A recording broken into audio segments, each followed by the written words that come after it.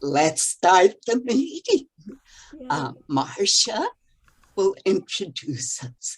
Bienvenido, Gustavo. Hola, ¿qué tal? Hello, everyone. Well, welcome, everybody. It was my idea to invite Gustavo to speak with us because last semester, the fall semester, I took a narrative journalism class from him at Orange Coast College, all online. Learned a lot, and I did this as a result of a friend of mine who also had taken the course the year before. So Linda Sperry, you probably remember her. Anyway, our club was thrilled to pieces that he said yes. I'm sure he has lots to share with us. He asked me to introduce him as a Mexican who's written 4 great controversial books. I don't know if the ones I'm mentioning are, the first one I believe is Taco USA, How Mexican Food Conquered America. Was that the first one? Nope, it was not the first one. Oh, well, my 2 previous books are so controversial, they've basically been excised from my biography, but I'll be able to talk about them right now. Oh, okay. Well, I know your latest book was published in January this year, called The People's Guide to Orange County, California. And he was the co-author with 2 other people. His previous work was as an investigative reporter for Orange County Weekly for 15 years and editor for 6. And now he's been with the LA Times as a columnist, I think 6 years, is that correct? No, I've only been a columnist now almost 2 years, and I've been with the paper now for 3 years, yeah. Okay. I've written for them for a long, long time in other capacities. Okay. But anyway, he writes about all things Southern Californian. How's that? And anyway, we're thrilled to have you. And I'm just going to hand it over to you, Gustavo, and you can tell us what you want to tell us about writing or publishing. Oh, you know what to talk about. I will talk a little bit about my books, a little bit about what I do. But, given this is a writing club, like, honestly, I want this to be led as much by you folks because I'm the writer here. I'm sure you all have questions about writing. Marcia, by the way, of course, got an A. She was a great writer, really good writer, like awesome travel logs and all that. So if you want to take my class at OCC, hey, I'm here. So obviously it was an endorsement by Marcia. I wasn't that bad of a professor. So take it, although I think we're going to start doing it in person. I'm trying to work it so that there's always a Zoom component because it's far easier for people to take classes online than it is to make people show up in person, one way or another. But anyway, so thank you all. My name is Gustavo Arellano. I'll give myself the longer intro now just because, I always say if you have a captive audience in front of you, talk about all the amazing things you've done because you don't know when you might have that captive audience again. So I will, all great advice for everyone, by the way. So my job is a columnist. I have been a columnist for the LA Times now, again, a little bit over almost 2 years. I try to the question that I try to answer in my column every week, and it comes out mostly once a week, sometimes more, sometimes less, but I try to answer who we were, who we are, and who we're becoming as Californians. I've always been interested in history, but as evidenced by the conversation we were having earlier about Mexico City, I'm always interested in how things change and how people react to change. And I'm also interested in what's going on, what's going to be the world or the country or the city in a couple of years, in a couple of decades and all that. So from that very big lens, I write about everything. So I'll write about food, I'll write about politics, culture, history. Next week, I'm going to be writing a couple of columns about the 30th anniversary of the LA riots. So just a little bit of everything, whatever interests me. I also host, a reason I sound so crystal clear, and I have this big black thing in front of me is because this is also my podcast studio. I do a daily podcast for the Los Angeles Times called a very unimaginative name, the Times, daily news from the LA Times. But if you listen to the Daily or you listen to any sort of daily news podcast, that's exactly what it is. Or like the old KFWB jingle used to say, you give me 18 minutes, I'll give you the world. I'll give you the most important story of the day. That, you know, a lot of international coverage, but also a lot of national stuff, and also just like fun, weird stuff. So for instance, the episode today is, you know, I don't know if any of you have ever drank Arizona iced tea, those big tall cans that you catch at 7-Eleven. I actually only tasted it once, but I know them because of that super bright color scheme. So it turns out that they have kept their price, that big, huge can, they've kept it at 99 cents for 30 years. Even right now during inflation, the owner said, I will never raise that price. I will no. And I'm going to tell my sons who are going to follow me never to raise that price of 99 cents. So we get into the podcast, like, how is it that they're able to keep it at 99 cents? What's the business advantage to keeping a product at that particular space? So it's a story about ultimately iced tea, but it's also a story about where we're at right now with inflation, business, economics, all that stuff. So if you have a chance, I'll be posting links later. So you can subscribe to the Times podcast, and the podcast is free, by the way. You just need a computer or your smartphone to be able to hear it. I also do a lot of other things. I'm a weekly commentator for KCRW 89.9 FM every Monday around 1:20. I do a commentary called the Orange County Line, where I try to explain Orange County to Los Angeles County, because Los Angeles will never understand Orange County. We're just too weird. They still call us the Orange Curtain, for crying out loud.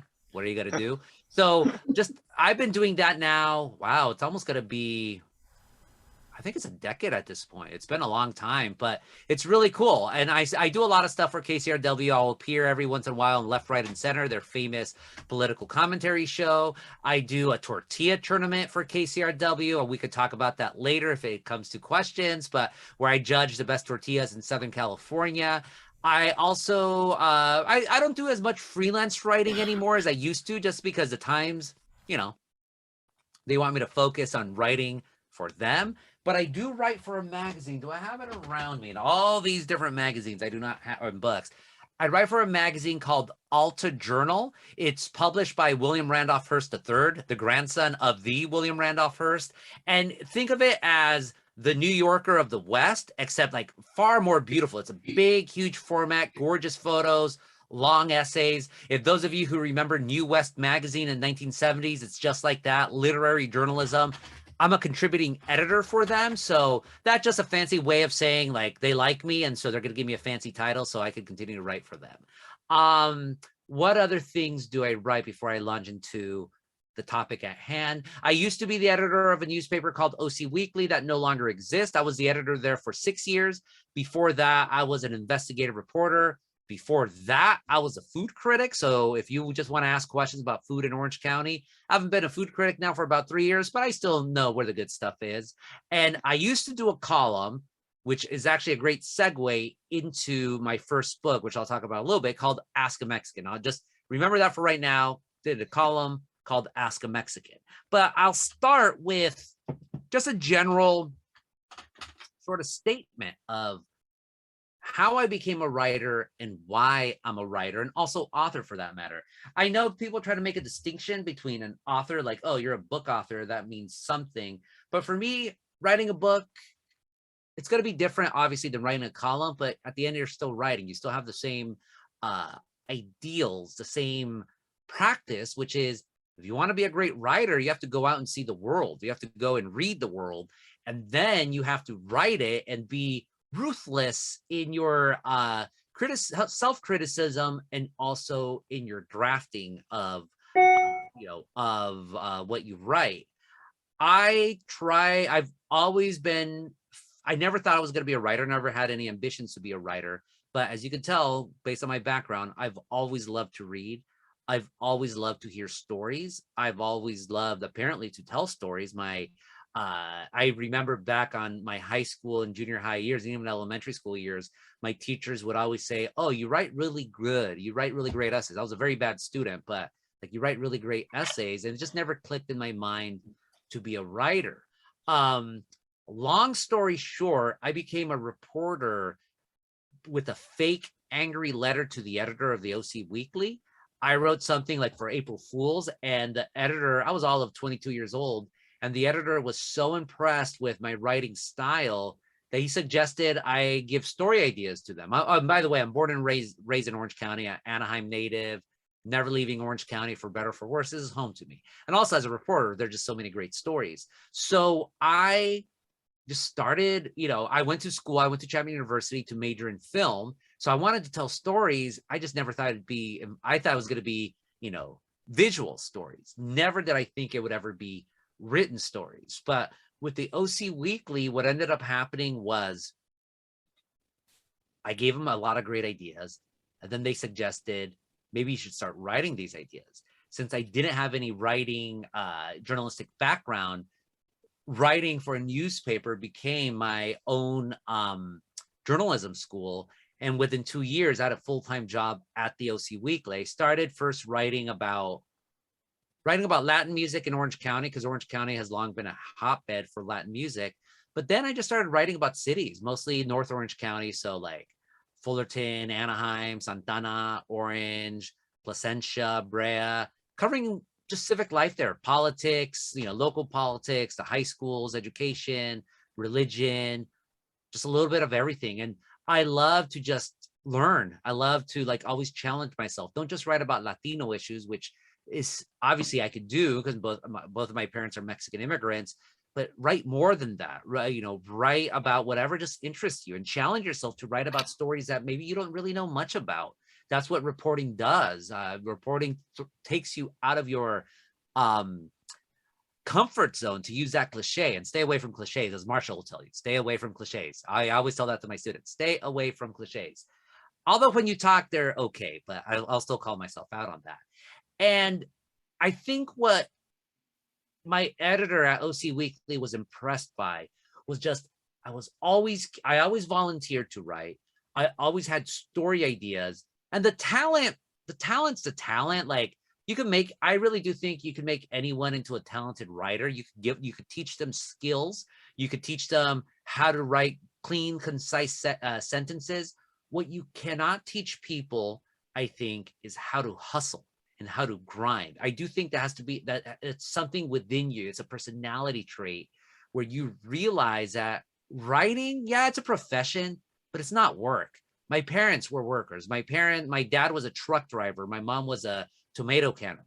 That's work. When you're playing with words, that's play. So always keep that in mind. And so because of that, especially as a writer, there's always going to be stories out there. So you should be always looking to work one way or another, or to have things in mind. So that really got me into the OC Weekly, and I made a name for myself. But and I never had any ambitions of being an author, of writing books again, because I never thought I was going to be a writer.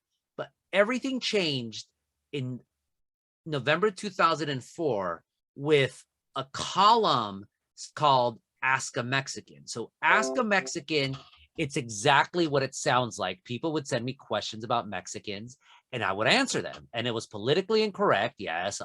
Whatever questions you could possibly imagine about Mexicans. Oh, I answer them, or someone asked them to me. There was no question that I wouldn't answer. It was, I don't want to say popular. I'm going to say notorious. So a lot of people read it. Some people liked it. Some people didn't like it. Some Latinos liked it. Some Latinos hated it. Some white folks liked it. Some white folks hated it. Black folks, onward and onward and onward. But it got a lot of attention, a lot. Because it was politically incorrect. It was talking about immigration at a time where, in an era where just the issue of immigration, I'm not talking about legal immigration, I'm just talking about immigration, specifically Mexican immigration. It's always going to upset a lot of people one way or another, for better, for worse. And so the column got a lot of attention, but I never thought it would get, and people would say, oh, you should turn it into a book. I'm like, no, it's too politically incorrect. No way people will ever turn into a book. Oh, you should syndicate the column. Now, no other paper is going to want to carry it besides OC Weekly, and OC Weekly is a little bit crazy, and also I'm a writer there, so of course we'd carry it. But everything changed in the beginning of 2006 when the Los Angeles Times ran a 5,000 word front page story about me. All of a sudden I became mainstream. all of a sudden, newspapers across the country wanted to syndicate my column, and I got a 2-book deal. So in 2007 came out the first book. It was a compilation of Ask a Mexican columns. The name of the book was Ask a Mexican. I do not have a copy on me. It's in my archives. Yes, I have my archives somewhere else. Even though you have a whole bunch of stuff right here. This is my office here. My archives is something else. So it was a bestseller. It was a national bestseller. Didn't crack the New York Times, but it was a bestseller. My publisher was very happy with it. Scribner, which is the home of F. Scott Fitzgerald, Ernest Hemingway, and myself. And that's the last time you'll ever hear those names associated with mine. I got a great 2-book deal. Like, it was wonderful. It was nice. So my second book was, and so Ask a Mexican, the book came out in 2007. My second book, Orange County, A Personal History, that came out in 2008. And that was a giant flop. It was just a disaster. And I knew it was going to be a disaster. I don't think I knew it was going to be that much of a disaster, but Orange County, A Personal History, it's a half history of Orange County, California. The big stories, the way, the stories that influenced the United States. So we're talking about civil rights cases, pop culture, religion. So obviously talk about, say, for instance, Calvary Chapel and the Crystal Cathedral, big mega churches in Orange County. Talk about, like, you know, the Righteous Brothers, like big, like the stuff that made national impact, not so much the local impact. And then the other half was my family's own back and forth migration story between the state of Zacatecas in central Mexico and Anaheim. My mom, she was born in Mexico, but my great grandpa actually came to Anaheim in the 1910s. So there was always a back and forth, although my mom left Mexico for good when she was 9. And so I talked about the diaspora that I grew up in, just like how a village, a rancho really, is a little village of about 300 people, transplanted itself basically to Anaheim and recalibrated itself here to the point where now you have second and third generation people who still claim that identity of Zacatecas. There's like over 1,000 of us in Anaheim alone. So I wrote that book because Orange County was finally getting attention outside of its conservative politics. And also there was that big question of what did wide-scale Mexican migration mean to the United States? And I wanted to tell the rest of the United States, it really doesn't mean nothing. It's actually boring. I could tell you with the story of my family. Again, I talked about my parents. My first language was Spanish. When I entered kindergarten, I only spoke Spanish. And here I am making a life out of myself writing in English. And I'm the oldest of 4. And I'm probably the least, I'm probably the least assimilated of my siblings. My siblings are even more and more assimilated. So this idea that Mexicans, that Latinos will not be able to assimilate into this country and we pose an existential threat, it's a bunch of bull. It's a bunch of lies. So unsurprisingly, no one bought the book.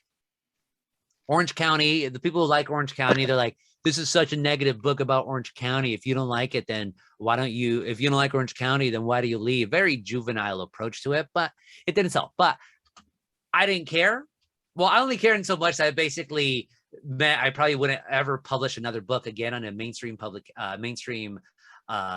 line, publishing house. But thankfully that was the case, but we'll get to it in a little bit. But I wrote the book also for Orange County because I knew there was not a lot of Orange County history books written that were good. There's a lot of what I call booster history. Oh, Orange County was beautiful. You had the mission and the orange, the orange groves, and now you have suburban houses and everything's so nice. But we all know that's not Orange County. So I knew though that as Orange County continued to grow in population, as you had people of my age growing up, and as you had younger people, that Orange County as a subject would want to be examined and learned about and written about. So I'm like, if there's no other books about Orange County, I'm going to write it. So all these college classes and high school classes have to teach my book. And lo and behold, that's exactly what happened. My book is continued to be taught in colleges and universities. That came out in 2008. So we're now 9, 10, 11, 12, almost 15 years ago. So maybe it wasn't a national bestseller, but the people who needed to read this are reading it, which are fellow Orange Countyans. And so I like it because it does make people understand why Orange County is so crazy, and it teaches people about the real Orange County history, not the fake stuff that, or not the fake stuff, but not the booster stuff that in so many of our current history books and all that, or just, you know, the idea of Orange County is like, no, this is a place of resistance and all that. So amazingly, Scribner came back and said, hey, do you have another book inside of you? And I did. As I said earlier, I was a food critic, and my book agent asked me, said, you should do a book about Mexican food. I'm like, there's a lot of books about Mexican food. I don't know what I could add to the conversation, but I also like history. So I went back and I saw, I'm like, I wonder if there's any books about the history of Mexican food in the United States. Because there were academic books about the history of Mexican food in Mexico, but there was none about Mexican food in the United States. So I saw an opportunity to write a book, and I do have this copy on me. It's my wife's copy, but lo and behold, here was my third book. Let's see right there. Taco USA, How Mexican Food Conquered America. I know it's backwards. Oh, well, I wonder if Zoom can make it turn, but whatever. It doesn't matter at this point, but there it is. Taco USA, How Mexican Food Conquered America. This is the paperback edition. It was not as big of a seller as Ask a Mexican, but it was a good seller. More importantly, though, it is the book among all of my other books that's going to outlive me, because Mexican food as a subject to study, it just gets more and more popular every year. So my book is taught in college classes, is cited in television shows, and it continues to sell. Like Ask a Mexican doesn't really sell anymore because, you know, the column no longer exists. But Taco USA, there's always people wanting to learn about the history of Mexican food in the United States. So it has been a steady seller. I do think at some point it's going to outsell Taco USA, which is a pretty good accomplishment. And then Taco USA, the book itself, I like titles that tell you exactly what you can expect. So it's a history of Mexican food in the United States. And the chapters, I break them up into definitely into themes of a food style or a dish and a particular decade. So I go through the history of Mexican food in the United States from around the 1840s, when white folks in Texas thought that chili would kill them. That's why they stayed away from Mexican food, and they thought that's why Mexicans were always so hot-tempered and violent. That's their words, not mine. To it published in 2012. So the trends at the time and just the spread of Mexican food. So I give you, there's chapters about tacos. There's chapters about tamales. There's chapters about Tex-Mex food. There's chapters about regional Mexican food. So like food from like Mexico City or Oaxaca.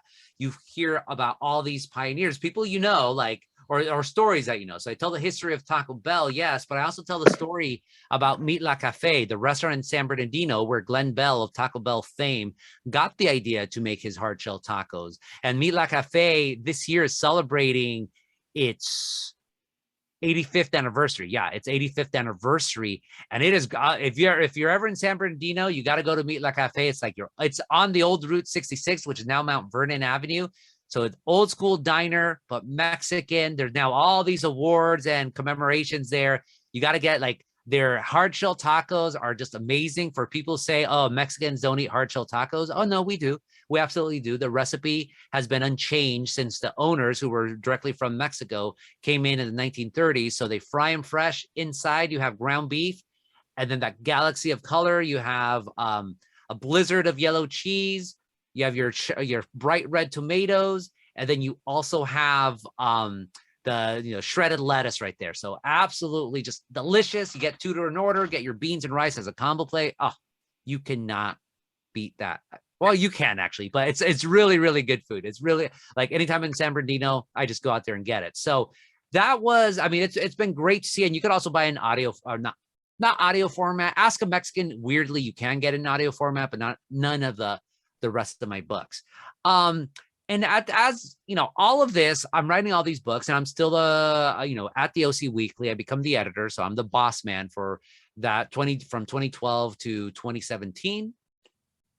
I ended up leaving OC Weekly because they wanted me to lay off half the staff. I refused. I don't do that. So I ended up being a freelancer for a year, writing for publications, anyone who'd have me. So I wrote for Westways from AAA. I wrote for ESPN, the magazine. I wrote for the New Yorker. I wrote for NPR. Like basically have pen will or have computer will write. Basically, that was me for about a year. And then the LA Times basically said, look, you're writing all these great stories. Why don't you join us? And I'm like, well, if I join you, I have to be given liberty to be able to write about whatever I want. I do not like, I'm at a point in my career. Oh boy, this is my boss, but I'm talking. So I'm at a point in my career where I can dictate whatever I want to write about, you know? So they told me, okay, like we trust you.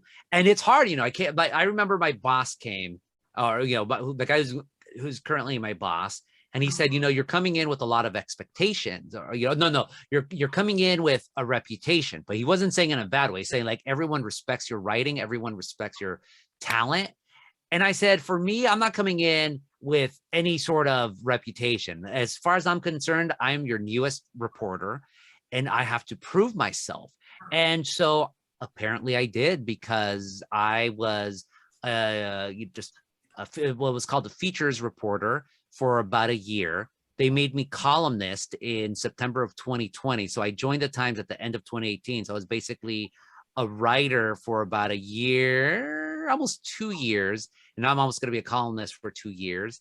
And obviously, you know, the columnists are usually the marquee voices of newspapers. So I joined, you know, a long legacy of great LA Times columnists like Jack Smith, Al Martinez, Steve Lopez, Jim Murray in sports, and now me. So Ruben Salazar, of course, a martyr, Ruben Salazar. And so it's been fun to be a columnist, to be able to tell stories, to have voice. I don't write about Orange County as much as I used to. I do miss writing about small stories in Orange County. I do miss that. But what are you going to do? You know, you got to go where the job is, or you got to go where the work is. And writing about the rest of Southern California, writing about, you know, bigger topics, that's been fun as well. It's been an education for me as someone who does, you know, who spent their entire life, has spent their entire life in Orange County, and who thought they were going to spend their entire journalistic or writing life writing about Orange County. It's been great to write about outside of Orange County on a day-to-day basis. But that said, I still write about Orange County. I obviously with a very cynical view of who we are, because Orange County is still a very interesting place. And that's a very nice way of putting it. But so I never thought I'd write about Orange County like on a big basis again. But and also people are bugging me like, when are you going to write your next book? When are you going to write your next book? Well, I got distracted by my career and by my life. So if you see the timeline, 2012 Taco USA comes out, but that's when I become editor of OC Weekly. Being an editor is a big job. So I left that in 2017. Then I had to just make, you know, living. And with books, like sometimes you get big advances, sometimes you don't. And so you can't trust that. So I'm like, I got to get like, at least get myself back to a full-time job. And so I was able to get back to myself in 2018. But by that point, that year, like, you know, I had to take my family and I had to take care of my mother who passed away from cancer. So that took away from that. And then so gets me to, that's 2018. So through 2019, 2020, hello, we have the pandemic. I know my voice was a little bit weird at that point, but we get the pandemic. But also at that time, I got an offer to do a new book, do a co-book. It's not my book. So, and Marsha mentioned it, but this is my latest release. And I'm going to put a link for people who want to buy it online. So look at this one right here. It is A People's Guide to Orange County. So I wrote this with a professor from Cal State Fullerton, Elaine Lewenick, and another professor, a librarian actually from UCI, Tuivo Dang. And a People's Guide to Orange County is very much in the tradition of Howard Zinn, A People's History of the United States. So it's all about telling hidden histories of Orange County. But the cool thing about this book, you know, has nice photos here and all that, but it's also little blurbs, like little 300-word blurbs. It's not a narrative book. It's literally a guide. We have maps. It is a really beautiful, gorgeous book. And I'm not saying it just because I now have it, but use the UC University of California Press. This is part of their series. They have people's guides to Los Angeles, Boston, New Orleans. I think they're going to do one for New York. Like, it's like they've been a popular sell. They're not national bestsellers, but they sell because people want it. Now more than ever, history is cool, but especially people want history in different ways and just big, huge books a la, David McCutcheon or what's his name? David Halberstam, big, huge tomes that way. So this is, we released this in January. We are just starting to do book signings. We had our first one beginning of this month at my wife's store in Santana. People are really liking the book, but I could also, given Orange County is Orange County, there's already some historians that's saying, oh, this is history with an agenda. It's liberal, blah, blah, blah. I'm like, no, this is all history. You could all document it. It's all documented. We have our sources there in case you want to read more.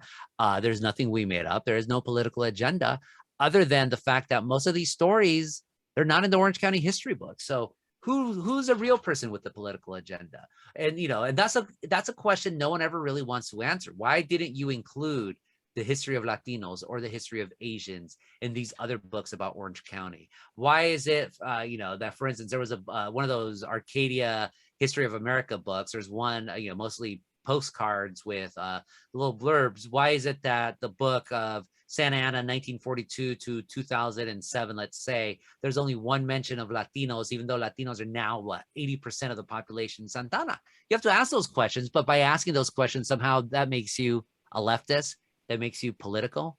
No, not at all. I'm a historian. I'm a writer. More than anything, I'm a reporter. So I live and die by facts.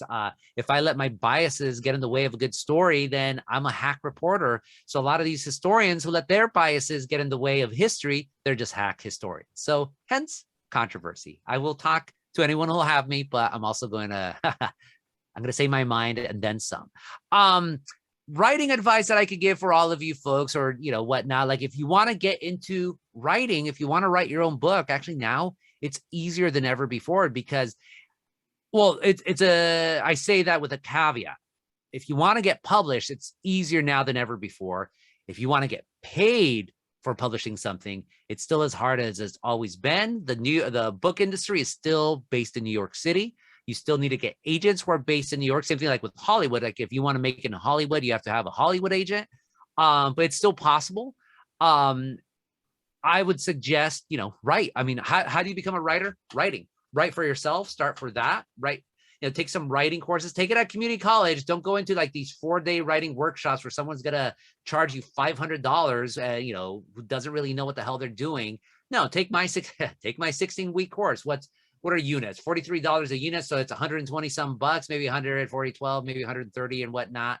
It's very affordable. It's 16 weeks. You'll learn more in my course than you will in all these other courses. Because I really make you go through the slog and also the spirit that is writing. But get a writing course, get a writing group like what you folks have here, a literary group, talk about writing.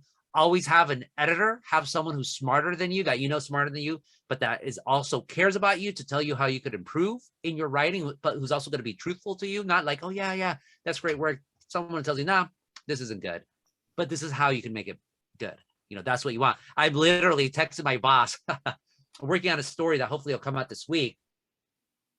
But when I turn it into her, she's like, oh, this is a good story. I'm like, it can't be good. It has to be great. And she laughed. She's like, Gustavo, they can't all be great. I'm like, no, they have to be great. That is my standard.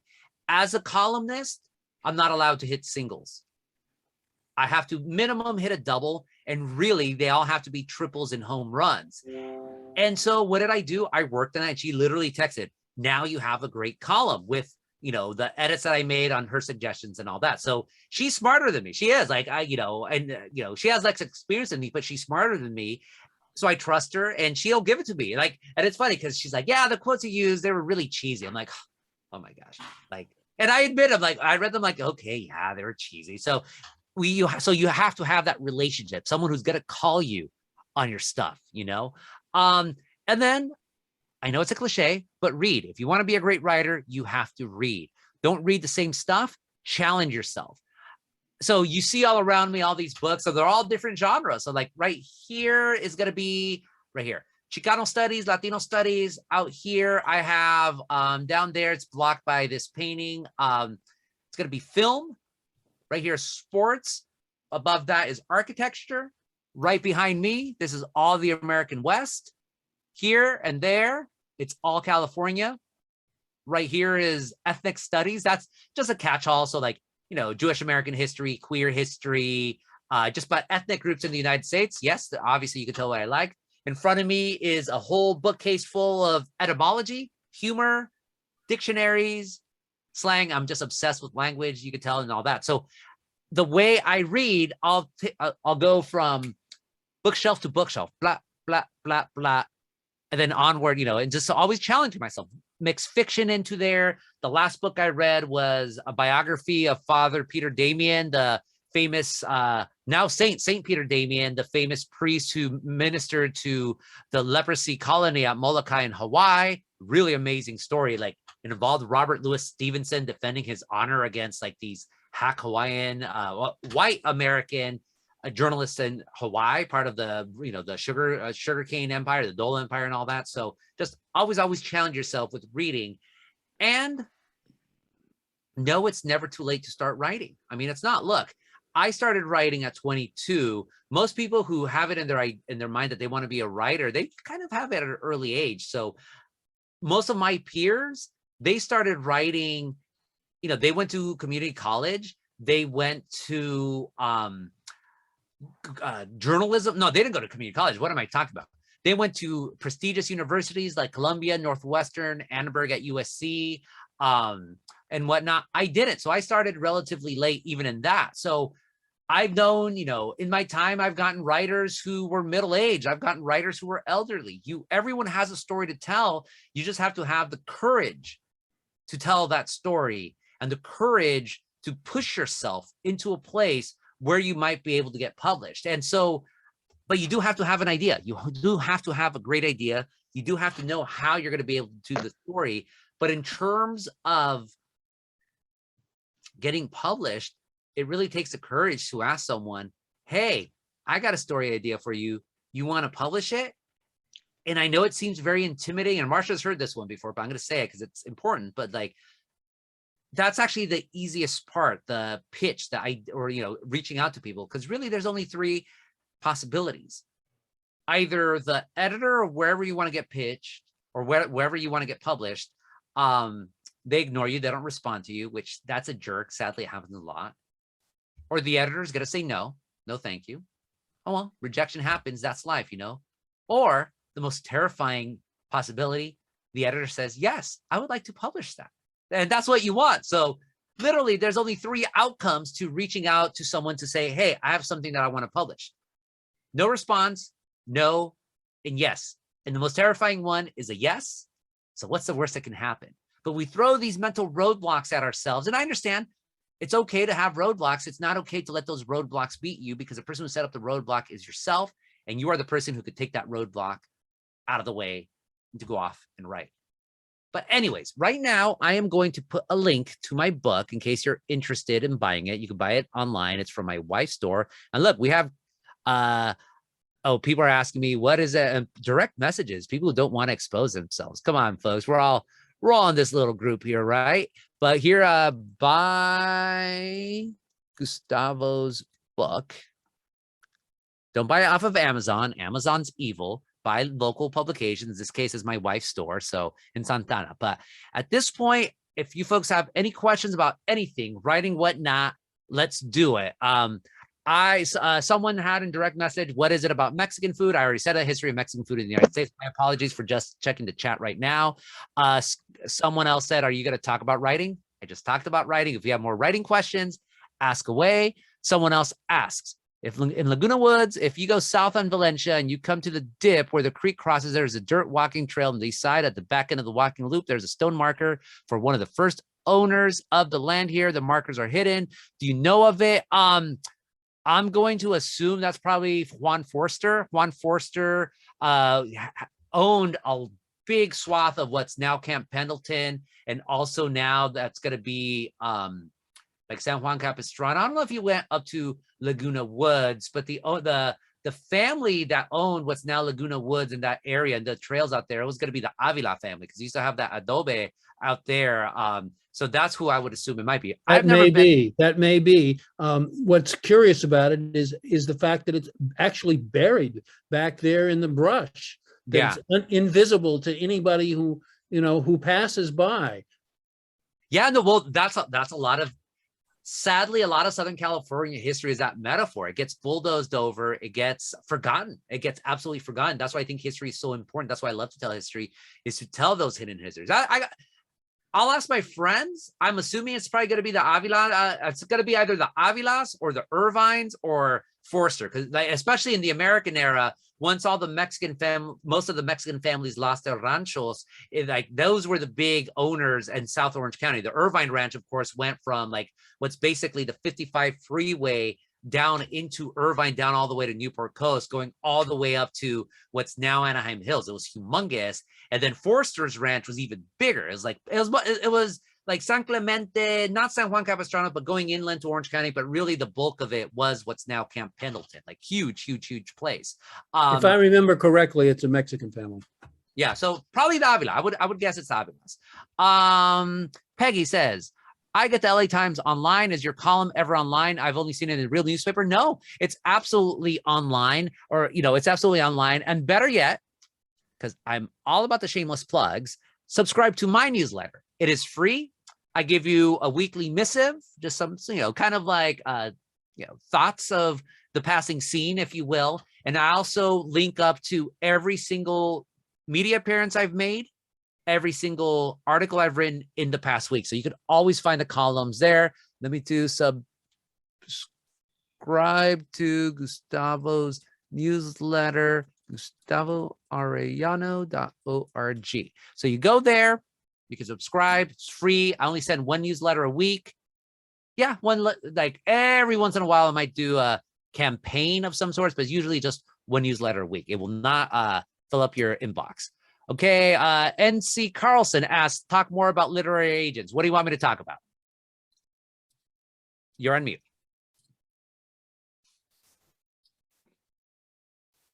Sorry, unmute.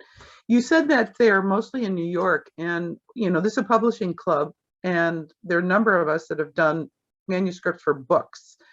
And there's obviously the self-publishing route, which is basically you pay people a bunch of money so that they can publish your work. And I put some things, I have a couple projects going, but I put a number of the manuscripts out to people who were within the realm of the subject matter that I was writing about, and got really good feedback about it, and contacted a publisher within that field. They're very interested, but they also wanted to co-publish. But I was thinking more about, it seems that serious material that should go through and to a literary agent, a manuscript. Mm-hmm. And you said something about they're all in New York and stuff, and it's kind of like what I'm finding out a little bit, but I just wanted you to talk more about that, so that if you have serious viable content and you really want to advance it and not be doing all the work yourself, I don't want to wear the hats of a marketer and all the various, my background is marketing, ironically, but but I want the people who are expert in their field to do the job that they can do. So how do you get a literary agent, and et cetera? And just talk about that, because you said obviously your books went to an agent, but maybe it started from whatever you wrote for the Times, and you were able to backdoor in. All my books predate the Times. So that, as I said earlier, it's easier now than ever to get published. In the world of self-publishing, it used to be that you'd have to pay people a lot of money to publish, but you don't even do that anymore. You can go through Amazon, pay a couple $100, even not even that, and publish your book. So it only publishes when you make a sale, and then you get some of the profits. But what I said about literary agent, if you want to make money, we're talking about good money, then you do need a literary agent, because those are the people who have the access to the big publishing companies, which are all in New York. There's no, like, you have regional presses, and Southern California has a lot of great regional presses, like, you know, Angel City Press. You got, and then you got other like more indie brands that are also based in California, like Heyday Books, you know, which publishes more progressive tomes and all that. You have academic presses like UC Press and all that. But those, a dirty secret on them, you're not gonna really get paid for them. Like, you'll make some money, but not the money that you do have for the big publishing houses. That's where you need an agent. How do you get an agent? I got lucky because my agent came to me. So this is why it's good to be published in publications, because literary agents are always looking for new writers. And the best, easiest way for them to find new writers is to see who's getting published in big magazines, small magazines, or whatnot. You can send a manuscript to literary agents, but that is harder because you could imagine how many manuscripts they're getting from people. So a lot of them just go unread, or they'll be tossed off to an assistant who doesn't really read them. And so that's a riskier way. So my advice to you is, and not only that, manuscripts, again, this is for the big publishing houses. Finished manuscripts are only accepted for fiction. For fiction, they don't accept pitches. Like, they want to see a full book, and then they'll deal with you. Nonfiction, you have to send them a proposal, and there's a certain style to that proposal in the literary world. Like, they don't even want a writing sample. You have to do, like, I haven't done it in a long time, so it's out of memory. It's like usually 7 pages. 1 page is, what are similar books in the field? What are similar books like yours out in the market? Who is this audience for? Blah, blah, blah, blah, blah. Like, it's a whole process, and the literary agent can walk you through those things. I wish I had my proposal. They're somewhere in my archives. I'm not able to find them right now. But yeah, look, again, if you just like to get books published, some people just want to get books published. I have friends who are just publishing books all the time. They're not making a living off of it, but they're making a little bit of money. But more than anything, they are like, oh, I've been an author of like 7 books or so. Well, if you want to do that, that's cool. If you want to just publish whatever the hell you want, your rants about something, then you can do that too. But if you want to make the big money, that's going to take a process. And it's not easy. Even right now, it's not easy. Gustavo, I have a couple quick questions. This is Scott Galasso. Sure. You mentioned your wife's store. What's the name of it? That's the first question. Alta Baja Market in downtown Santana. Wonderful food. If you like wine, the biggest selection of Mexican wines in Southern California. And the wine scene is totally blowing up that way. And she also sells books as well. You could catch me there probably every other day washing dishes. So. Okay, and then I have 2 other quick questions. One is, what do you think is the biggest misconception about Orange County? And then the second one of those is, what is it you like most about Southern California? The biggest misconception about Orange County is that it's still uniformly rich, wealthy, and white. We know that's not the case. Orange County has been majority minority since 2004. Nowadays, only 40% of the population in Orange County is white, according to the 2020 census. And I would argue it's probably smaller because Middle Easterners and Persians and Turks are all included in the white category, even though they're not white, and they actually constitute a big population, a big size of the population. Also, like Indians, like Indian Americans, Pakistanis, Afghans. We have a sizable community of that in Orange County. So that's the biggest misconception. Easily, there's poverty in Orange County. There's inequity. This is not the paradise that people have always made it out to be. And it never was the paradise, by the way. My mom grew up in the 1960s in Anaheim. She was, my uncle was whiter than anyone in this club. And his white skin, though, didn't stop him from getting his, excuse my language, but getting his ass kicked every day as a kid in junior high by white, quote unquote, white kids, So this is a place that wasn't paradise. It's never been paradise. And people who think it's paradise, they're deluded and they're frankly juveniles. Like, girl, and this is why I get in trouble so much, because what am I saying that's not true, and I will always be that truth teller, to be that inconvenient truth teller. That's how God made me. What do I love about Southern California? I don't think I've ever answered that question. I mean, the weather, I like the weather, sure, why not? I like the fact that the world is here in Southern California. It's not just one place. You could have the world of, go out to the desert in Coachella, go out to the beach communities, out in Laguna, conservative land up in Yorba Linda, more Mexican parts in East LA and in Santana for that matter, Vietnamese communities. Like it's just a wonderland in that sense of the world. We do have a lot of problems. We've always had a lot of problems. But for me, it's like there's no other place in the United States that I'd rather be. Although I do love Kentucky and I do love New Mexico, but I love them for completely other different reasons. Another direct message. Hi, any neutral books on the Alamo? The Wayne picture is still popular, but it served to make Mexicans, Latinos a stereotypical antagonist. Well, that's the whole Western. The whole idea of the West was the white man came in and civilized, quote unquote, barren, inhospitable, hostile land. And who was there? Well, Mexicans and Indians. Neutral books on the Alamo?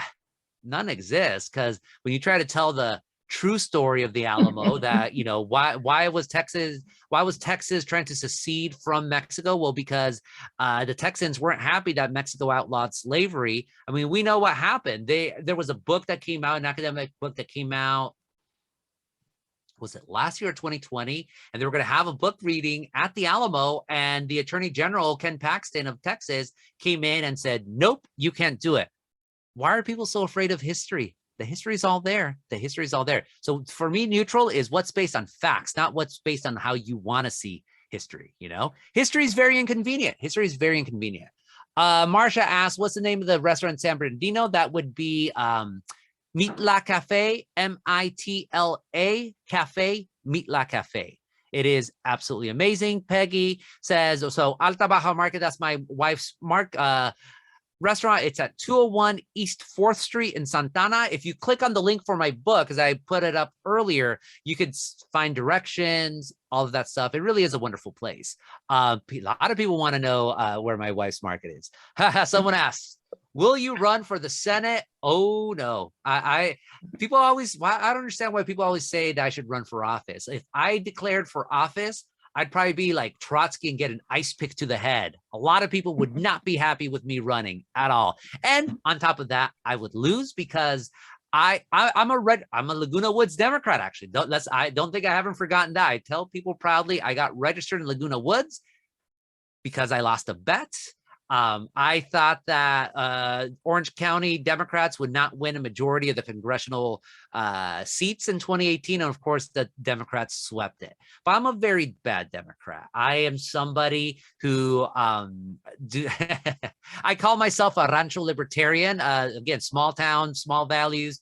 Pull yourself up by the bootstraps on all of that. But then at the same time, I veer into some interesting leftist terrain as well. So the Democrats wouldn't like me. The Republicans wouldn't like me. Maybe the Libertarians or the Greens would like me. In other words, I am unelectable. Not going to happen. Marcia says, are you still teaching at OCC? Oh, yeah, of course. I'm not going to leave Orange Coast College until they kick me out. That's my alma mater. So I'm very happy with my alma mater. Saddleback Emeritus program. No, I have a very busy life. I'm perfectly fine with teaching one. I mean, I used to teach 2 classes at Orange Coast College, but just got too busy. But, if it's going to be journalism, I'm only going to stick to OCC. Like, I'm committed to a community college. I'm committed to my community college. I wouldn't be, como se dice, I wouldn't reject the idea of teaching, like, say, a class in Orange County history. I actually used to teach it at UC Irvine. I taught it for a couple semesters. They haven't had me in a while. Oh, well, but that's really the only other class I teach somewhere else. But again, I'm pretty busy, so I don't think that's going to happen. With my one class, I'm happy with that. Tamales in Mississippi, it is in my book. That's why you have to buy my book. I do have to plug my product, so I can't answer all the questions that you might be having for me right here. Okay, other questions. Raise your hand, speak up. You got me here.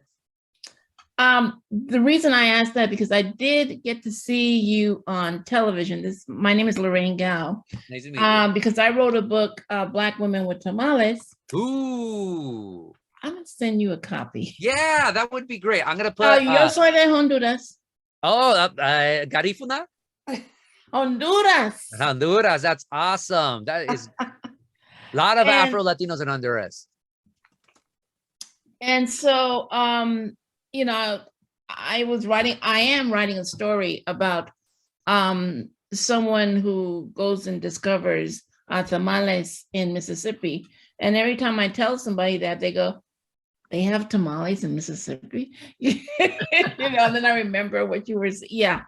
Oh, So, yeah. And we they're must very delicious communicate. tamales. Delta Mhm. tamales are a whole different world from Latin American tamales. Tamales are the great food equalizer of the Americas, from Mexico to Central America. Then they're called humitas down in South America. They're absolutely delicious. But Delta tamales, the history to Delta tamales in my book. So thank you, Lorraine. Yeah, no, I put my address there. I would love to see a copy of your book. I'm very intrigued, so to speak. Thank you. Of course. Other questions? Don't be shy.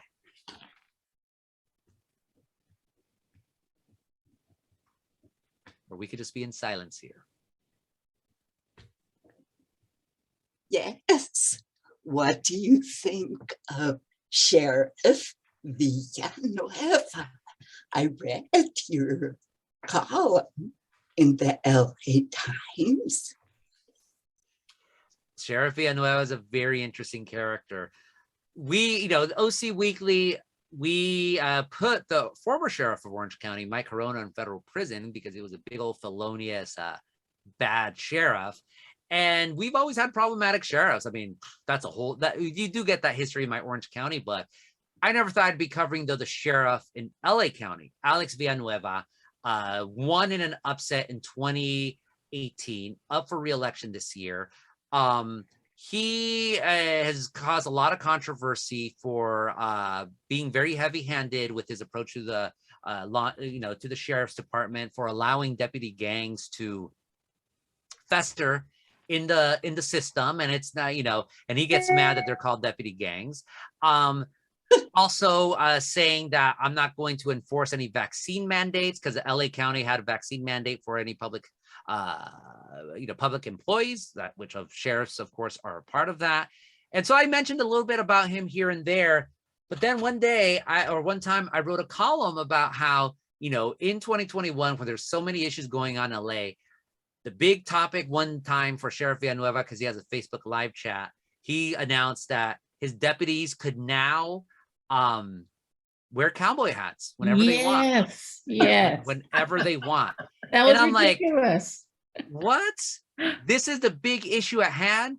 So I wrote a column. Sometimes as a columnist, you try to be serious. You always try to be great. But sometimes you do what I call lark columns. Like you do a column on a lark. You're like, okay, this is just going to be goofy and dumb. I'm just going to go for it. And I thought, that's enough. Oh, he got so mad at me. He read my column online, on Facebook Live, the entire column, talking trash, then calls me like a bad human or something. Like, just went off on me. And then he called me a vendido, a sellout.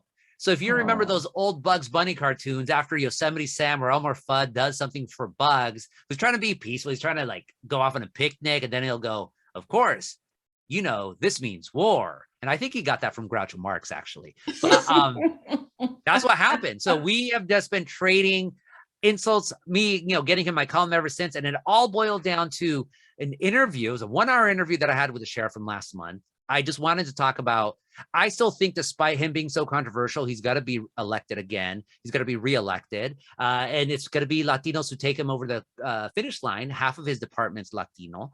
And so I wanted to talk to him just about the Latino-ness of his administration. He's half Latino. He's half Puerto Rican, half Polish. And the conversation went off the rails. It turned into a 3-part. It was supposed to be just one column. It turned into a 3-part column. Made a lot of attention. People just went crazy over it. So there'll be other columns to come on the sheriff. Let's just leave it at that. So, so someone said, I sent about 30 letters to the editor at OC Weekly. What's your criteria? Well, we ended our letters to the editor way ago because our paper is starting to shrink more and more and more. But I would say a good letter to the editor is short. It shouldn't be more than 150 words. You want to be as concise as possible. You want to have something that's going to be original, something that's funny, pointed, angry. It has to have emotion. It has, like me, when I read letters to the editor, I want to feel something. I don't want to learn something boring. Like I want to laugh. I want to say, oh, this guy's an idiot, or wow, this guy's smart, or damn, this guy's funny, or like, oh, this is sad. But you have to make the person feel. A letter to the editor is not about being analytical. It is about being emotional. Like, and literally, like, you have a reaction to something. A reaction is a human emotion. So it makes sense then to carry out that emotion in what you're going to write, you know? So, you know, keep trying. I mean, well, you can't keep trying at the OC Weekly anymore, but LA Times, keep trying at the LA Times for sure. Peggy asks, what do you think about the moniker Latinx? It's a new, relatively new coinage, created by activists, LGBTQ activists who say that Latino, which of course describes people of Latin American descent who live in the United States, that it excludes non-binary people because Spanish is a gendered language. Latino, you know, O is the masculine, Latina is the feminine, so O and A. So X refers to like, it's a more inclusive label. That's a rationale behind it. It doesn't mean anything to me because I identify, you know, I identify more than Mexican than anything else, not even Latino. But if you want me to call you Latinx, cool, I'll call you Latinx, but also respect the fact that I don't want to call myself Latinx. That's fine. But it's much, to me, it's not much ado about nothing, but it is a very, very, very controversial subject. A lot of Democrats now keep using Latinx, even though there's been a lot of studies that show only 3% of Latinos call themselves Latinx. So the Republican Party is having a field day saying that Democrats are so woke that they are using language that even Latinos don't use for themselves. Latinos themselves say like, oh, you know, it's not Spanish, it's a stupid word, blah, blah, blah, blah, blah. But again, I try to see the big view of history, the long view of history, and these debates about what does this group of people with roots in Latin America, what should we call themselves? What should we call them, and what do they call themselves? This debate's been going on for over a century.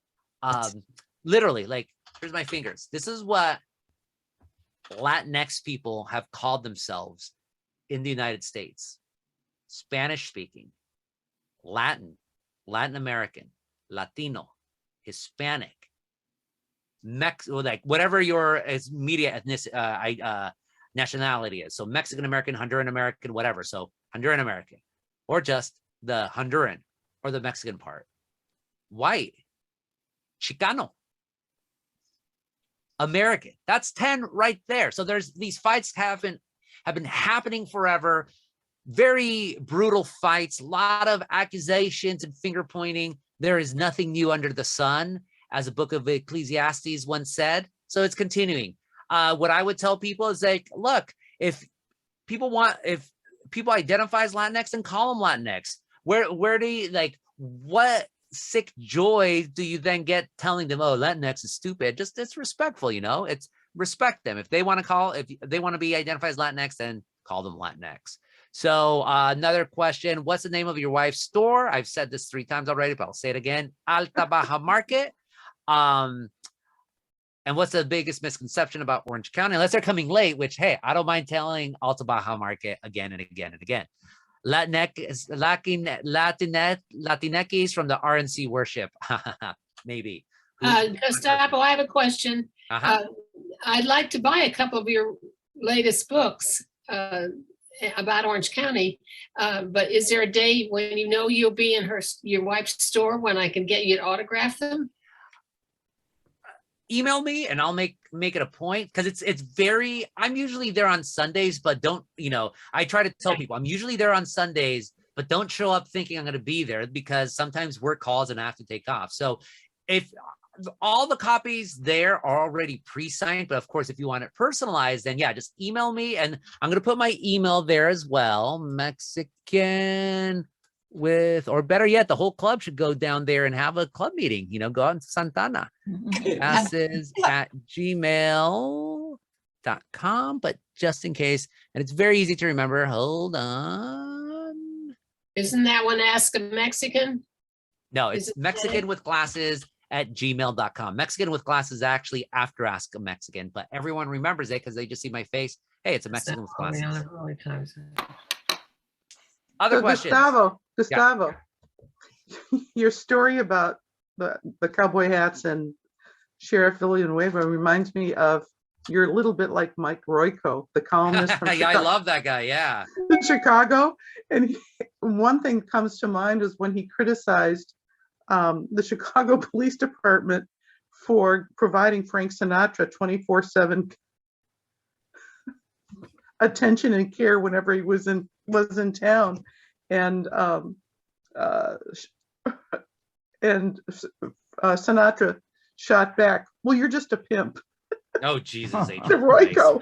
I know, and it just started a war between them that lasted for years. Oh, yeah. I think I've read some of that stuff, but Royko was great. Don't forget, Royko, legendary columnist for it was the Sun Times, I believe. He's Well, the he one did who, for multiple papers. He did the so he's Sun jumped Times, he around. did the Yeah, Tribune. Yeah. Yeah, it's a Tribune a lot. He's Yeah. the one who gave Jerry Brown his nickname of Governor Moonbeam. Like, he didn't call him specifically that; it just came out of that. But Royko was a legend. I actually have a lot of anthologies of columnists, and I definitely have a Royko one. The other one that I like, no, Royko.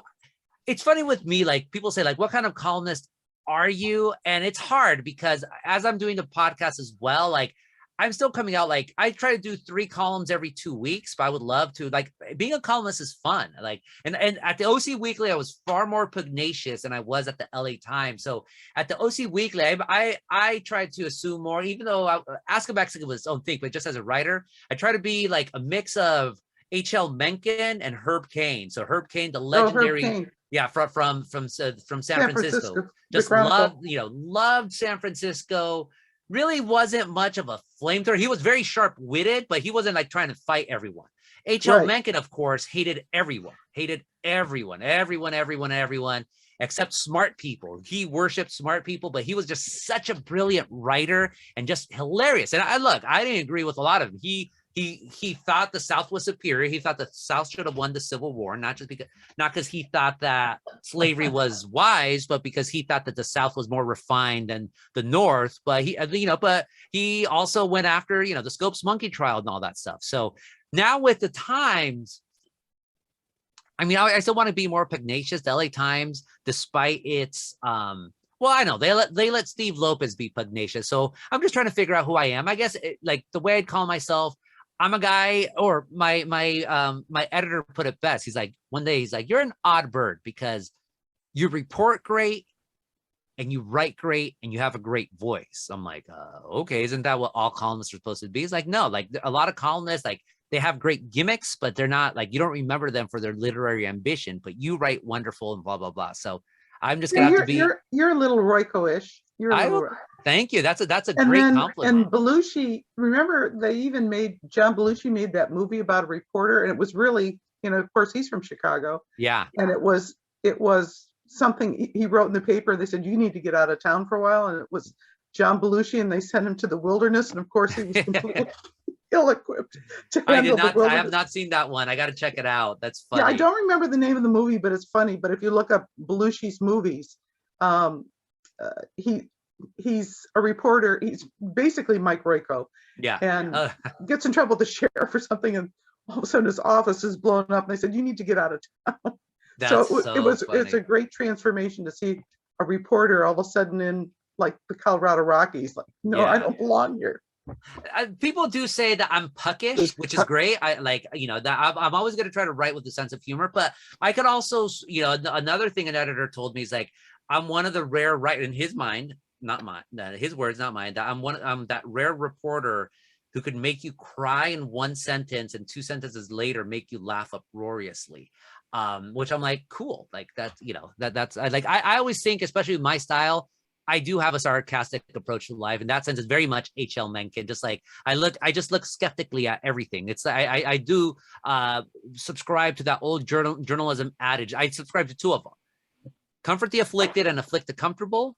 But also, if your mother tells you that she loves you, go check it out. Trust no one ever. And so that gets me in a lot of problems where people who think they're my friends and I write something bad about them, they get mad at me. And I tell them, like, look, I honestly, at the end, I am only beholden to the facts. I'm only beholden to the truth with a capital T, because I have to worry about my own ethics. And I was raised into believing that, you know, there is a truth in life, and so go out and seek it straight up. Someone asked, have you Yeah. spoken with Joe Conanson, who writes about the border situation? No, I'm not famous. I'm not. I talk to my friends from high school. That's who I talk to. Any Gustavo, final is there question? any question, any topic that you're really not allowed to write about for the Times? I certainly believe in the free press, but Yeah. No, I've never, I mean, the topic has to be great. So if you're asking, are all my ideas accepted? No, not at all. But I've never been told you can't write about that subject, you know? They'll tell me, oh, you should write about something else or whatever. But eventually, like if there's something that I really want to write about, they'll tell me, or rather I'll be able, I've convinced them. And it's funny with editors, like you need an editor, and you know, every writer needs an editor, even though sometimes you don't like them. I've had it with editors, or, you know, one of my editors who I'll pitch him a story and it's like, no, I don't know, you could do something else. And then the story comes out somewhere else.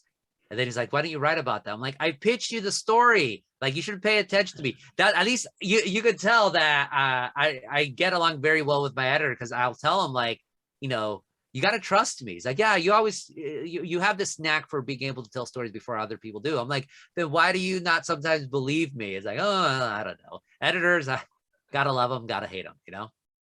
Did you ever write about the border and its situation? I have written about the border, but there's a lot of people writing about the border. There's not that many people writing about Orange County. What do There's you not. think? yeah. Why do I think? What do you think Oh, of what do I think about the border? situation? You build a 30-foot wall, what are you seeing? You're seeing 31-foot ladders.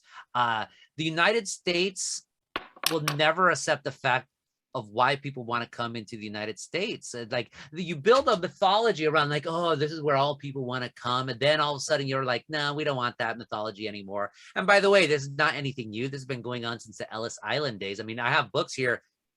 Where do I have that book? I think I misplaced it, but I have a book about ethnic humor, and it's not even ethnic humor. It's like the depiction. It's 3 books. It's Chinese, Jews, and Italians, except the titles to all 3 of them, I'm not going to say them, but they're all the most infamous slurs used against those 3 ethnic groups. So they're books, and they're amazing books because they compile all this anti-Chinese, anti-Jewish, and anti-Italian rhetoric in literature, in journal, in newspapers going back to the 1700s. And so the one, like I always say, the most grossest caricature outside of, you know, of Black folks that I've ever seen in American letters don't involve Mexicans, don't involve Chinese. It involves the Irish, when Thomas Nast would draw Irish immigrants as apes, straight up as apes. And then there's another one with Italians. This dates back, I think, to the 1890s, where Italians are depicted as rats with mustaches trying to come into Ellis Island. Not just rats with mustaches, they have knives in their mouths. So this idea that, oh, these new immigrants, we have too much immigration. No, we've been talking about that for 120 years. Oh, but now there's 300 million people. How about, like, can we accept 1 billion people? Yeah, there's a bunch of empty space in Montana. Go seek it out. Here's the issue, though. With migration, it's always going to continue unless the issues at hand are addressed. And the issues are partly American. When you have a global economy, when you ship off these jobs, you ruin our own economy, you ruin local economies there, and you don't have anything sustainable. And also, going back to the old saying of the chickens coming home to roost, a lot of the migration, especially from Central America and Mexico, it's because of American foreign policy putting up these dictators who just, you know, propping up these dictators who made life miserable for these people. But the United States never wants to accept its own responsibility in that. It's far easier to depict these people as invaders who don't want to learn any English and are like ruining our society. And now, of course, the big thing is like, oh, you know, these Mexican drug dealers are like poisoning our children with fentanyl and all that. Yeah, you do have Mexican drugs, but you don't have to take the drugs, Americans, and yet Americans love to take the drugs. So we never want to blame ourselves for anything. We're like the poor, innocent, or like Orange County, and Orange County is like the United States in that way in a microcosm.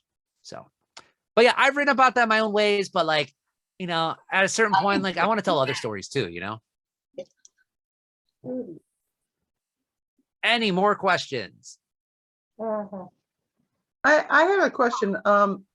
Did you include in your Orange County history Fender guitar?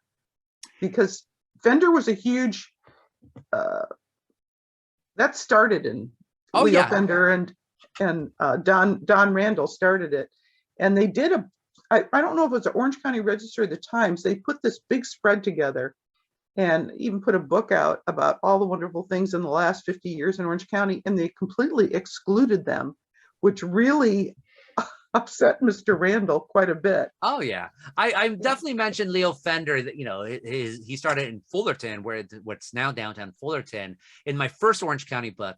The second one was more like the hidden histories of Orange County, and I personally don't think Leo Fender was a hidden history. But we talked a little bit about music, and also partly I'll say this much: I wanted to write more about music, but our editors again pushed back like, oh no, music's not really hidden histories, but there is just so much hidden history. Leo Fender was an interesting guy. I knew Don Randall really well, and Don had a radio shop in Santa Ana, and Don was raised in I think it was Idaho or South Dakota, I forget which, right at the moment, in a only child of parents in a cabin with no heat. Oh wow. And they moved to Santa Ana, and they thought they died, went to heaven, being in, you know, nice weather year round above a grocery store. And he went to the local junior college and really had an engineering mindset. So he started, you know, ultimately he had a radio shop. You know, people had to go and buy parts. And Leo used to come in, and he was trying to figure out a way how he could duplicate Hawaiian sounds. And that twangy sound of Hawaiian music. And so he worked with Don, and they created the electric guitar. And then Don bought, as their business, Don was the brains behind it, and the business person. And he got a little airplane, and he flew out of Orange County, and he bought a little hangar, and then he bought other little hangars. He used to fly to all these little towns to show the electric guitars. But then they became, I think, probably one of the biggest employers in Orange County, and it was all orange groves. I remember when I used to fly here, I was told my son the other day, and came into John Wayne Airport, I said, you'd come from LA, and there was this huge section in which you could smell the orange groves. And I said, and he said, really? And I said, I bet most people today don't really understand that we had so many orange groves and stuff here. I'm not a native, but I can remember from way back, you land at John Wayne Airport, and it was John Wayne statue outside, and it looked like a double wide mobile home was the airport. That's funny. Gustavo, Susan Sue has a question for you. Sure. Susan. Hi. Gustavo? Yeah, I'm here. Can you recommend 3 songs from Mexico that you like for our future concert? Email to us. Thank you. Email to Nancy Brown or Peggy. 3 songs from Mexico. Wow, I love music. Mexican song. Geez, Mexico lindo I mean, I'll email these, but Mexico lindo y querido, that's a famous one. Now. Oh, I want to answer now. I don't have to think. I know what the answer is. Mexico lindo y querido, como Mexico no hay dos, by Vicente Fernández, and Solamente una vez by Agustin Lara. Of course, probably the most famous Mexican songs that crossed over. Sway, that was Rosemary Clooney sang back in the day. That was originally in Spanish. Bésame mucho, of course, sung by many, many people. And Perfidia, Perfidia, which was a big hit in the 1940s. That was another Mexican song as well. Okay. Yeah. Thank you. Of course. Thank you. Thank you, Gustavo. You know, I wanted to say that I used to go to the mall just to get Ask a Mexican. Just for that, I loved it. But thank you so much. We're all going to your store in Santa Ana. You can be sure, and we'll be buying your books. This was a great, great speech. We appreciate you so much, and you'll be hearing from us. Así que hasta pronto, amigo. Thank you. Thank you all. If you all do come, just email me. I will try to make it happen. Publish. Remember, you are able to write. There's a way forward. Make it happen. So thank you all. Good day. Thank you very much. Hasta luego. Gustavo, this is Sunshine, and I just wanted to know you have been recorded, and will be sent. You'll get the link to the recording. Cool. I'll share it on my newsletter. So sign up to my newsletter, and then you'll see this again. So Gustavo, I'm the membership chair, and I want you to know that you have a year's membership with our club, and you will receive a copy of Village Stories 2021, which was our last one. So anyway, thank you so much. Thank you. All right, folks. Very interesting. Take care. Okay, adios. Adios. Members, the video club is requesting submissions of 10 to 20-minute scripts. So please, if you haven't heard of this, pick this up at the video club, because they can't send it out as a flyer since it's not an event. So the deadline is June 24th. So they're 10 to 20-minute scripts. Where can we get that flyer? Yeah, I was going to say, Peggy, what scripts for what? For dramatization? Drama, comedy, anything, 10 to 20 minutes. But remember that these will be produced by the video club. Of course, if they're great, they might even end up in the film festival. So, okay. So I recently did an adaptation of a Edith Wharton story called Roman Fever. I wrote I've cast it. It requires three people, and I've already had a first meeting with my cast. And we could perform this for the video club if that's what they wanted. That's what they want. So is there a flyer someplace we can pick up that gives the details of us at the video club? Oh, I'll send you, Lucy sent me this flyer. Well, just a link to the flyer is all I need. Yeah. Or a link to somebody in the video club that I can just approach directly. But it's also Tom Nash 36 at gmail.com. Say that again. Tom, Tom, Nash, Nash. Okay. 36 at gmail.com. If you could put that, in the chat, that would be nice. I will. Oh, I will. Good idea. Here goes. May I add just another little bit of new business, please, Peggy? Of course.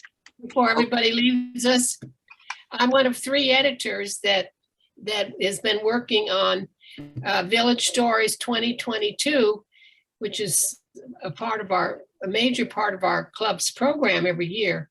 And I guess I don't want to discourage anyone from submitting their stories, their poems, their songs, whatever.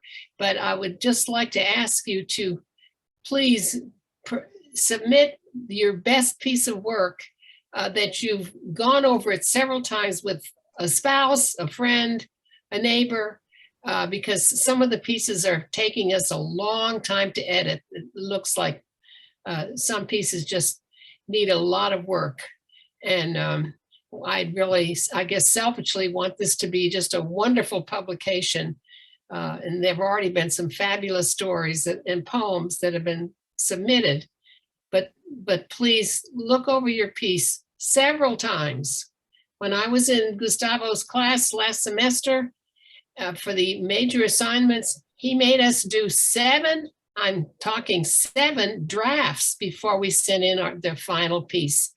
And you can't do too many drafts. You can just never perfect your piece, but at least look them over before you send them in. Thank you very much. And I think the other editors probably agree. And also, let it be your final draft. Right. Don't send it to us, then say, oh, I've changed it. Send us your final draft. Yeah, thank you. Yeah, thank you. So any other comments? Oh, do you want to tell about next month's meeting, Peggy? Yes. Next month, we'll have Angela Randazzo, and she's a publisher for Random Horse. So she's up there. You'd probably be interested because she might help you publish with Random Horse. In fact, Scott Galasso recommended her, and sadly he left. But look her up online. Thank you. I have a couple things, Peggy. Yes. So I want to encourage those of you who are still here who have not yet submitted your bio, photo, and book list to the pubclublw@gmail.com email to please do so. Hopefully you've all checked out our website and know that our webmaster is doing a fabulous job. He works on it daily. He takes suggestions of how to improve it. And we now have 26 of our 56 members on the website. And that is fabulous. So here is the website. And Sunshine, thank you for screen sharing. If you could scroll, go ahead to click on our authors and then just kind of scroll down. You'll see the photo, the name of the person, a short bio, and stop somewhere and click on my books for, scroll up a little bit. Oops. Yeah, that's fine. So when you click on my books, if you have published in through KDP and your books are on Amazon, this is what you're going to see. If your books are elsewhere, then you may just see a photo of your books. But we want to feature you. You are our members, and many thanks to Leon for all of his hard work on this website. Thank you, Nancy. Any other comments? Business? So, well, I think the last thing I would say is to reiterate what Marcia said, what Gustavo said, to write, and edit your own piece before you send it in. I have sent out many times the parameters for you to follow for both your bios and your village stories, and I will do that in this follow-up newsletter that we do, so that if you don't have the last one, you make sure that you get it. So we've got a good start on Village Stories 2022. Just to remind you, you're allowed 2,500 words, up to 5 different submissions. And, you know, I think this is going to be our best yet. Thank you, Nancy. So look forward to seeing you May 18th.